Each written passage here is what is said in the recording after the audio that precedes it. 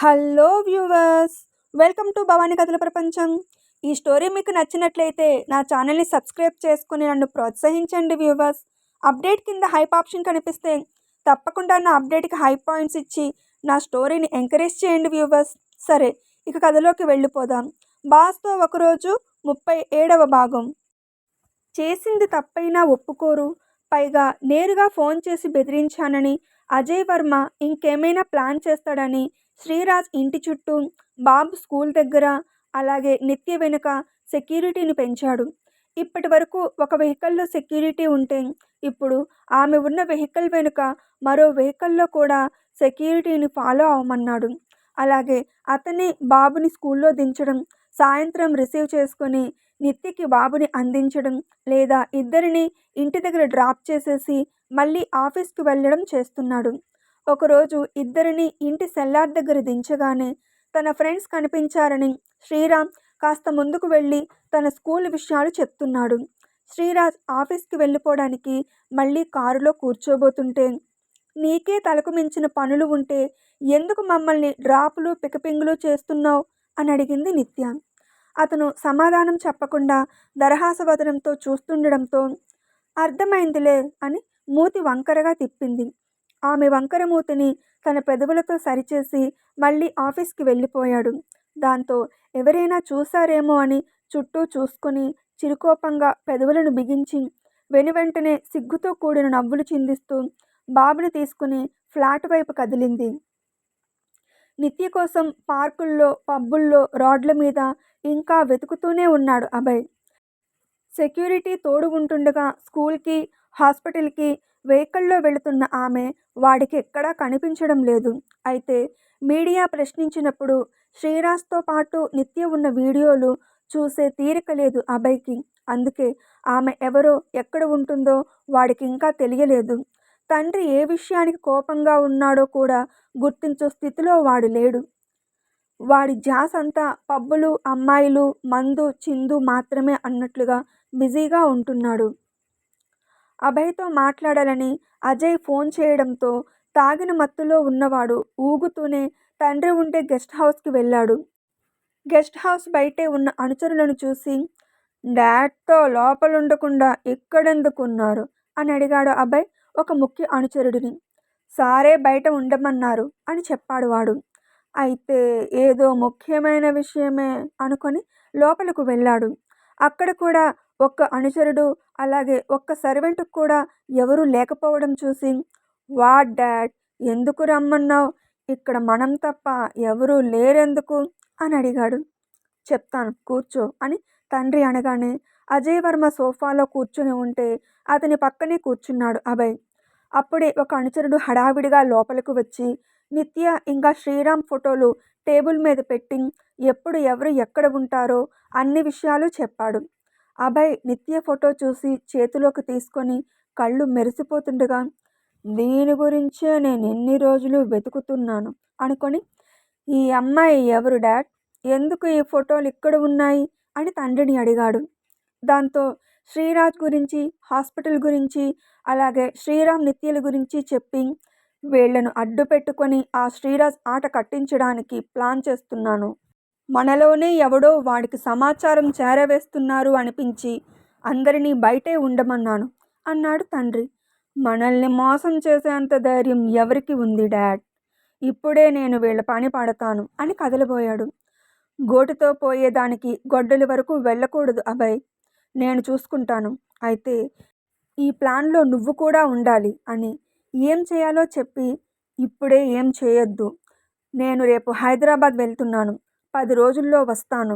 వచ్చాక కూడా వెంటనే ఏం చేయొద్దు. మనం ఏ ప్లాన్ చేయడం లేదని వాడు రిలాక్స్ అయినప్పుడు మన ప్లాన్ని మనం అమలు చేద్దాం. అదెప్పుడో కూడా నేనే చెప్తాను. నేను లేనప్పుడు నువ్వు నా స్థానంలో ఉండి అన్నీ చూసుకోమని చెప్పడానికే పిలిపించాను అని అన్నాడు తండ్రి. అలాగే డాడ్ అనగానే అజయ్ రిలాక్స్ అవ్వడానికి గదిలోకి వెళ్ళిపోగానే నిత్య ఫోటోని తాకుతూ, నీ పేరు నిత్య, సో నైస్. నీకు పెళ్ళయింది కానీ వాడు నీ కొడుకు కాదంట కదా? పెళ్ళై 3 ఏళ్ళవుతున్నా నీకు పిల్లలు లేరా అని ఈవిల్ స్మైల్ చేసి అయితే పనిలో పనిగా నా ముచ్చటతో పాటు నీ ముచ్చట కూడా తీర్చేస్తాను అని అనుకున్నాడు అభయ్. బయట ఉన్న అనుచరుల్లో శ్రీరాజ్ మనిషి పక్కకు వెళ్ళి శ్రీరాజ్కి ఫోన్ చేశాడు. ఏంటి విషయం అని శ్రీరాజ్ అడగగానే, సార్ మీకు సంబంధించిన వాళ్ళు ఇక్కడ ఉన్నట్లు వీళ్ళకి అనుమానం వచ్చింది. అందుకే అనుచరులు అందరినీ బయటే వదిలి కొడుకును పిలిచి ఏదో మంతనాలు చేస్తున్నాడు అజయ్. మీరు కాస్త జాగ్రత్తగా ఉండాలి అని చెప్పి పెట్టేశాడు. అని నిట్టూర్చి ఊహించిన విషయమే అనుకుని సెక్యూరిటీని అలర్ట్గా ఉండమని ఫోన్ చేశాడు శ్రీరాజ్. మరునాడు అదే అనుచరుడు ఫోన్ చేసి అజయ్ క్యాంపు వెళ్ళిన విషయం చెప్పాడు శ్రీరాజ్కి. అయినా కూడా శ్రీరాజ్ అలర్ట్గానే ఉన్నాడు. ఆదివారం సాయంత్రం నిత్య బాబుకి పాలు బిస్కెట్స్ ఇచ్చి శ్రీరాజ్కి కాఫీ అందించి ఆమె హాల్లో సోఫాలో కూర్చొని కాఫీ తాగుతూ టీవీ చూస్తుంది. శ్రీరాజ్ కాఫీ తాగేసి హాల్లోకి వచ్చి నిత్య పక్కన కూర్చొని రిమోట్ తీసుకొని ఛానల్ మారుస్తుంటే, నేను చూస్తున్న ప్రోగ్రాం ఉంచు అంది. ఇప్పటి వరకు నువ్వు టీవీ చూసావు కదా, ఇప్పుడు నా టర్న్ అని క్రికెట్ పెట్టాడు. బాబు ఆ ఇద్దరి మాటలు విని తన పాల గ్లాసు బిస్కెట్ ప్లేటు సింకులో వేసేసి ఆ ఇద్దరి కాఫీ గ్లాసులు కూడా 2 సార్లు తిరిగి వేసేసి తండ్రి ఒడిలోకి చేరి ముద్దు పెట్టి చేతిలో రిమోట్ తీసుకొని నిత్యకిచ్చాడు. దాంతో నిత్య నవ్వుతూ థ్యాంక్ యూ బంగారం అంటూ ఛానల్ తిప్పేసింది. వెంటనే బాబు తండ్రి ఒడిలో నుండి తల్లి ఒడిలోకి వచ్చేశాడు. ఛానల్ మారిందని చూసి, రేయ్ రిమోట్ నువ్వే మీ అమ్మకిచ్చావు కదా, నువ్వే తీసుకొని నాకివ్వు అని బెదిరించినట్లుగా అన్నాడు.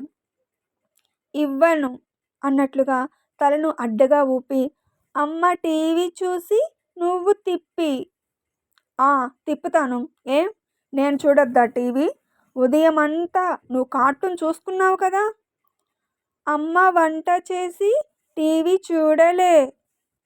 రేయ్ ఎంతసేపు నీకు మీ అమ్మేనా? నేను నీ డాడానిరా. నీకు అమ్మ ఇష్టమా డాడా ఇష్టమా అని అడిగాడు. అమ్మ అన్నాడు. అవునా అని క్రీగంట చూస్తూ, నిన్ను స్కూల్కి తీసుకెళ్తుంది ఎవరు? నీకు చాకీ బొమ్మలు బుక్స్ తీసుకొస్తుంది ఎవరు? నిన్ను పార్కుకి తీసుకెళ్తుంది ఎవరు అని అడిగితే, అన్నింటికి నువ్వే నువ్వే అని చెప్పి చివరిలో అమ్మంటే ఇష్టం అన్నాడు శ్రీరామ్. మళ్ళీ నిన్ను అని కొట్టడానికి రాబోతే, అమ్మచ్చు అని నిత్యను మరింతగా అతుక్కున్నాడు. సరే నీకిక మీదట ఏం తీసుకురాను అన్నాడు బెదిరిస్తున్నట్లు. అమ్మా అని బిక్కమొహం పెట్టాడు బాబు. డాడా అలాగే అంటారు. నీకు తీసుకురాకపోతే ఎవరికి తీసుకొస్తారు? తీసుకురాకపోతే నేను ఊరుకుంటానా? డాడానే టీవీ చూసుకొని మనం ఆడుకుందాం పద అని ఆమె గదికి తీసుకెళ్ళి బొమ్మలతో ఆట మొదలుపెట్టింది. తల్లి బొమ్మలను అటూ ఇటూ తిప్పుతూ, ఎలిఫెంట్ వచ్చింది, బర్డ్ ఇలా చెప్పింది అని కథలు చెప్తుంటే బాబు కిలకిలమని నవ్వుతున్నాడు. ఆ నవ్వులకు టీవీ చూడడం మానేసి శ్రీరాజ్ కూడా వెళ్ళి వాళ్లతో చేరి ఆ ఆట ఆపించి ఫైటింగ్ గన్ షూటింగ్ అంటూ కొత్త ఆట మొదలుపెట్టాడు. ఇక ఇక్కడ నేనుంటే పిచ్చెక్కుతుంది అనుకొని నిత్య కిచెన్లోకి వెళ్ళిపోయింది. బాబుని మంచం మీదే ఎత్తి పడేస్తూ చిన్న చిన్న బొమ్మలను కొడుకు మీదకు విసురుతుంటే ఎక్కువగా నవ్వుతూ బాబు కూడా వేరే బొమ్మలు తండ్రి మీదకు విసురుతున్నాడు. చివరకు ఒకరినొకరు పిల్లోలతో టెడ్డీ బొమ్మలతో కొట్టుకుంటూ ఆడుకుంటూ నవ్వుతుంటే పావుగంట తర్వాత నిత్య ఆ గదిలోకి వచ్చేసరికి ఆ గదిలో సామానులన్నీ నేలంతా విసిరినట్లుగా పడి ఉండడం చూసి, వీళ్ళ ఆట కాదు కానీ ఇంటిని కిష్కిందకాండ చేశారు అని అనుకుంటుంటే, ఆట అయిపోయింది అన్నట్లు తండ్రి కొడుకులు ఎవరికి వారు హాల్లోకి వెళ్ళిపోబోతుంటే, ఆగండి అని నిత్య ఆపి, బాగా ఆడి ఎంజాయ్ చేశారు కదా, మర్యాదగా ఎక్కడి సామాన్లు అక్కడ పెట్టి గది సర్దండి అంది. నేను సర్దుతా అని బాబు 2 బొమ్మలు తీసి వాడి డబ్బాలో పెడుతుంటే బజార్ సౌండ్ వినిపించి వెళ్ళి డోర్ తీసింది నిత్య. ఆంటీ శ్రీరామ్ ఆటకు రాడా అని కింద ఫ్లాట్ అబ్బాయి అడిగాడు. వస్తా అని అంటూ శ్రీరామ్ పరుగున హాల్లోకి వచ్చి, అమ్మ ఏనో ఆట వెళ్తా, డాడా మిగిలిన నువ్వు సర్దే అనేసి బయటకు పారిపోయాడు. ఒరేయ్ ఆగరా అని శ్రీరాజ్ కొడుకుని ఆపేలా డోర్ వరకు రాగానే నిత్య డోర్ లాక్ చేసి అతని చెవి పట్టుకొని మెలిపెడుతూ, నువ్వెక్కడికి, మర్యాదగా గది సర్దు. నేనా అని సాగదీశాడు. ఆ, నువ్వే. నేనేదో నా మానాన టీవీ చూస్తుంటే చెడగొట్టావు. పోనీలే అని బాబుతో ఆడుతుంటే అక్కడికి కూడా వచ్చి సామానులన్నీ చిందరవందర చేశావు. అన్నీ సరిగా సర్దు అంది. అబ్బా, చెవి వదలవే, నొప్పెడుతుంది. సర్దుతానని చెప్పు, వదులుతాను. సరే అయితే, నీకందింది నువ్వు పట్టుకున్నావు, నాకందింది నేను పట్టుకుంటాను అని అతనికి నచ్చిన చోట ఆమెను గిల్లబోతుంటే ఆమె చెవి వదిలేసి దూరం జరిగి, నువ్వేం సర్దద్దులే బాబు, వెళ్ళి టీవీ చూసుకో అంది. నాకిప్పుడు టీవీ చూసే మూడ్ లేదు అన్నాడు అదో మాదిరిగా చూస్తూ. ఆహా, మరి అని సాగదీసి గదిలోకి వెళ్ళి బెడ్షీట్ సరిగా పరిచి బొమ్మలు, పిల్లోలు, పెన్నులు, పెన్సిళ్ళు వాటి స్థానాల్లో పెడుతుంటే ఆమెను చుట్టుకొని మంచం మీదకు వాలిపోయాడు. రే, ఏం చేస్తున్నావు, వదులు. డోర్ తీసే ఉంది, బాబు వస్తాడు అంది. ఇప్పుడే వెళ్ళాడు, అప్పుడే రాడు. డోర్ నువ్వే క్లోజ్ చేశావు అంటూ ఆమెను ముద్దుల్లో ముంచెత్తుతూ అల్లరి మొదలుపెట్టాడు. ఇప్పటి వరకు ఒక ఆట అయిపోయింది, ఇప్పుడు మరో ఆట, వదులు. గది సర్దడానికి సహాయం చేయలేదు కానీ ఏంటో అల్లరికి టైం అయింది అంది అతని చేతులను తప్పించడానికి ప్రయత్నిస్తూ. నేను ఏ ఆట అయినా ఆడగలను, ఇప్పుడైతే శాయశక్తులా నీకు సహాయం చేస్తాను అంటూ ఆమెను పూర్తిగా ఆక్రమించుకున్నాడు. ఫ్లాట్లో ఎవరో పాపది బర్త్డే పార్టీ ఉందని శ్రీరామ్ స్కూల్ నుండి వచ్చాక రెడీ అయ్యి వెళ్ళాడు. క్రీమ్ జగ్గింగ్ రెడ్ టీషర్ట్లో ఉన్న నిత్య హెయిర్ని తల మీదకు ముడిపెట్టి ఈ ఇద్దరి కోసం చపాతీ ముద్ద కలుపుతుంది. ఆఫీస్ నుండి వచ్చిన శ్రీరాజ్ చప్పుడు చేయకుండా కిచెన్లోకి వచ్చి ఆమెను వెనుక నుండి చుట్టుకున్నాడు. ఆదపరాగ్గా ఉన్న నిత్య తుల్లిపడి తల తిప్పి అతన్ని చూసి, ఎంతలా భయపెట్టావో తెలుసా? నీ దగ్గర కీస్ ఉండడం కాదు కానీ ఎప్పుడు వస్తావో ఎప్పుడు వెళతావో తెలియదు సరికదా, చప్పుడు చేయకుండా వస్తావు అంది. నీకు ఆ క్లారిటీ ఉంది కదా? నువ్వో నేనో తలుపు తీస్తేనే ఈ ఇంట్లోకి వేరొకరు రాగలరు.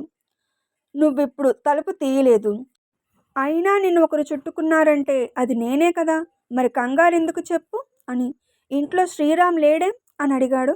అపార్ట్మెంట్ చుట్టూ కూడా తన అనుచరులు ఉన్నారు కాబట్టి బాబు బయటకు వెళ్తే తెలుస్తుంది అనే ధీమాతో. పార్టీ విషయం చెప్పి, వదులు, వెళ్ళి ఫ్రెష్ అవ్వు, నన్ను పని చేసుకొని అని అతన్ని విదిలించుకొని చపాతీ ముద్దను పిసుకుతుంది. ఆమె భయం, చిరుకోపం చూసి చిన్నగా నవ్వుకొని ఫ్రెష్ అయి ట్రాక్ టీషర్ట్ వేసుకొని మళ్ళీ కిచెన్లోకి వచ్చి పనిలో నిమగ్నమై ఉన్న ఆమె నుదుటిని, చెంపలను మునివేళ్లతో తాకుతున్నాడు.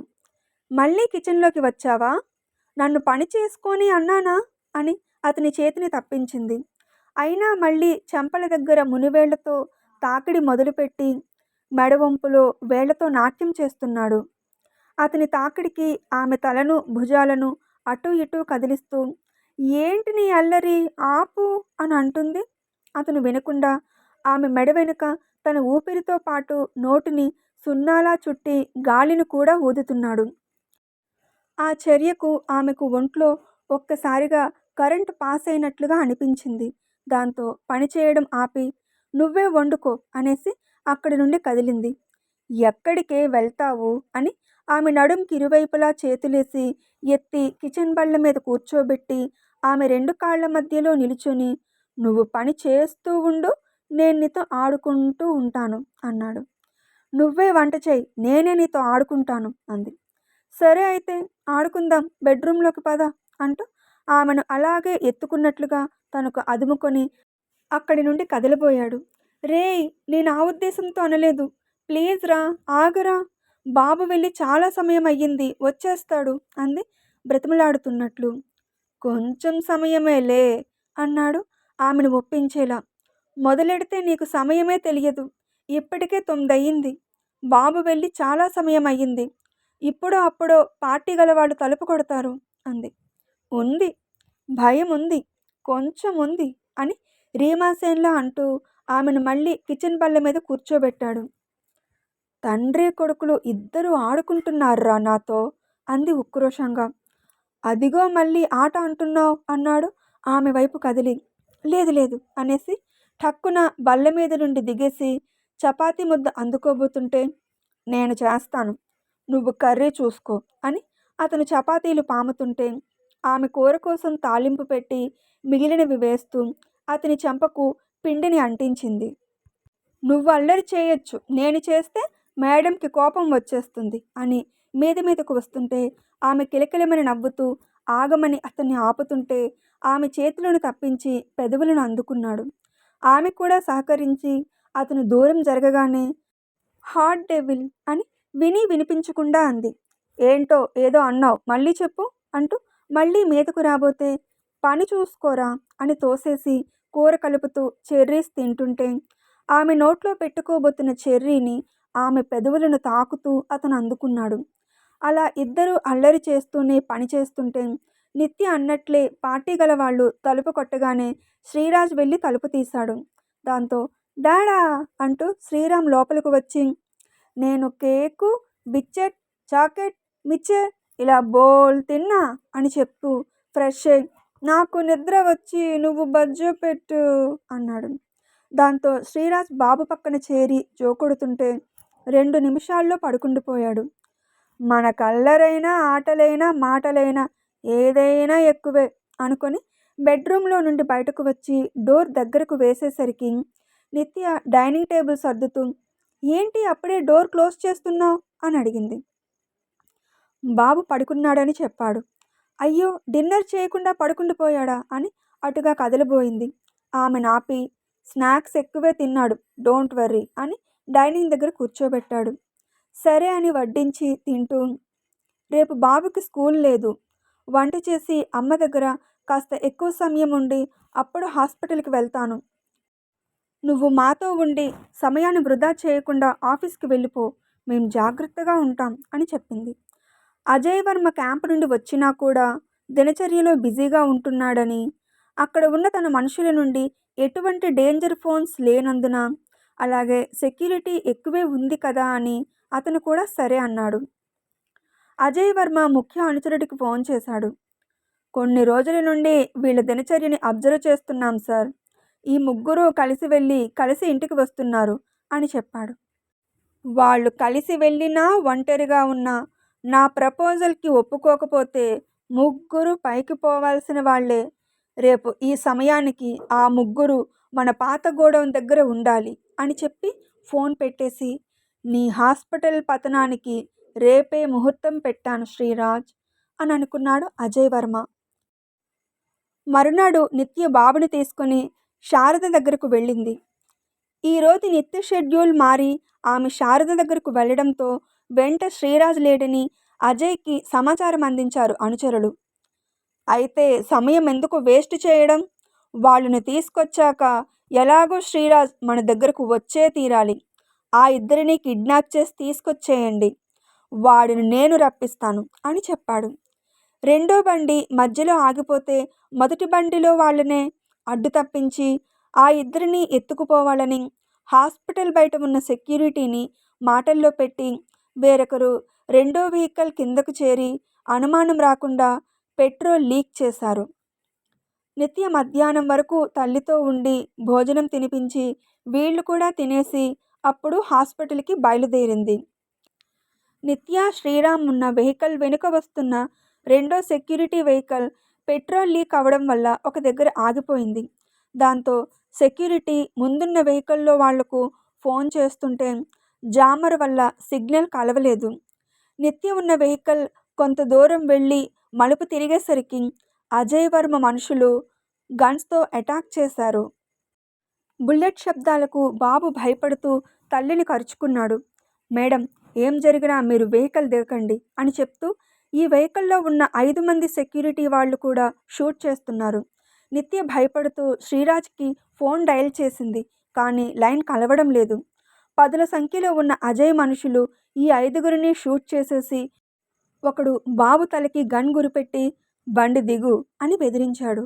దాంతో తనని అతుక్కున్న బాబుని ఎత్తుకుని నిత్య బండి దిగగానే ఆ ఇద్దరిని మరో వెహికల్లో ఎక్కించి తీసుకుపోయారు. ఇంకా ఉంది, అజయ్ వర్మ ప్రపోజల్ ఏంటి, దానికి శ్రీరాజ్ ఒప్పుకోకపోతే నిత్య శ్రీరామ్ల పరిస్థితి ఏంటి, ఏం జరుగుతుందో తెలియాలి అంటే తదుపరి భాగం కోసం ఎదురు చూడక తప్పదు. స్టోరీ నచ్చితే కామెంట్ చేసి, అప్డేట్‌కి లైక్ కొట్టి, షేర్ చేయండి వ్యూవర్స్. అప్పుడే నా స్టోరీ ఎక్కువ మందికి చేరుతుంది. అలాగే అప్డేట్ వింటున్న అందరూ నా ఛానల్‌ని సబ్స్క్రైబ్ చేసుకొని నన్ను ప్రోత్సహించండి వ్యూవర్స్. అప్డేట్ కింద హైప్ ఆప్షన్ కనిపిస్తే తప్పకుండా నా స్టోరీకి హైప్ పాయింట్స్ ఇచ్చి నా స్టోరీని ఎంకరేజ్ చేయండి వ్యూవర్స్. సరే, మరో స్టోరీ అప్డేట్‌తో మళ్ళీ మీ ముందుకు వస్తాను. అప్పటి వరకు సెలవు. Thanks for watching my videos.